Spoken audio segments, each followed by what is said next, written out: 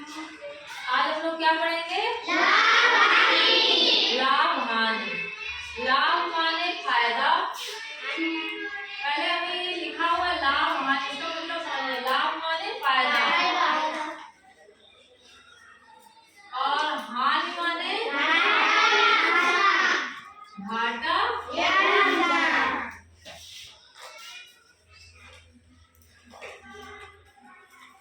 घाटा या नुकसान।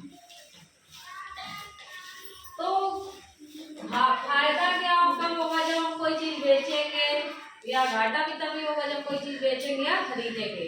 उसी में हम देखते हैं कि फायदा हो रहा है कि नुकसान हो रहा है। अगर फायदा होता है तो कहते हैं लाभ हो गया, घाटा होता है तो कहते हैं नुकसान हो गया। तो सबसे पहले खरीदना है और बेचना है। तो वस्तु का खरीद मूल्य, बातें नहीं करो, वस्तु का खरीद मूल्य।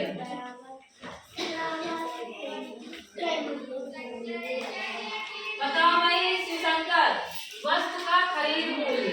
जिस खरीद मूल्य मतलब जिस पैसे से हम किसी वस्तु को खरीदते हैं उसको हम क्या कहेंगे? वस्तु के खरीद मूल्य को क्या कहेंगे? कौन बच्चा बताएगा? बताओ मुस्कान। क्रय मूल्य। क्या कहेंगे? क्रय मूल्य। आज तो हम जरा होता है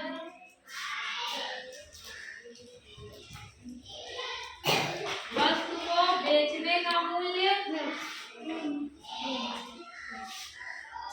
बैठ जाओ। वस्तु को बेचने का मूल्य मतलब वो पैसा जिसमें हम किसी वस्तु को बेचते हैं उसको क्या बोलेंगे? विक्रय मूल्य। विक्रय मूल्य। विक्रय मूल्य। तो देखो, जब हम कोई चीज कम पैसों में खरीद लिया, जैसे हम एक उदाहरण में दे रही हूँ, जैसे हमने कोई एक साइकिल खरीदी, 800 रुपए की साइकिल खरीदी और फिर हमने उसको 400 में बेच दी। ठीक है, 800 में साइकिल खरीदी और 400 में उसको बेच दी। तो हमें क्या होगा? घाटा होगा कि फायदा होगा? कितने का घाटा होगा? 400 का, क्योंकि हमने खरीदा ज्यादा में और उसको कम में बेच दिया, तो इससे हमें घाटा हो गया, यानी हमें हानि हुई। ठीक। और अगर हम कोई चीज, जैसे ये किताब हमने खरीदे हम 100 रुपए में और किसी को चाहिए, वो हमसे मांग रहा है, उसको कहते कि नहीं हम तो 200 में देंगे और वो 200 में हम उसको बेच दें, तो हमें क्या हो जाएगा? फायदा हो जाएगा। कितने का फायदा हो जाएगा? 100 रुपए का, यानी हमें लाभ हो जाएगा। तो हमें दो फार्मूले याद रखने हैं। लाभ बराबर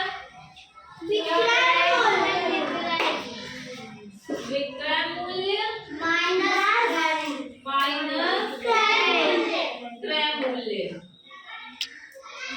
मतलब अगर विक्रय मूल्य ज्यादा है, क्रय मूल्य कम है, तो हमें हो जाएगा लाभ।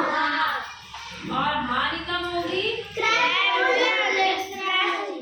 मूल्य हमारा ज्यादा होगा और विक्रय मूल्य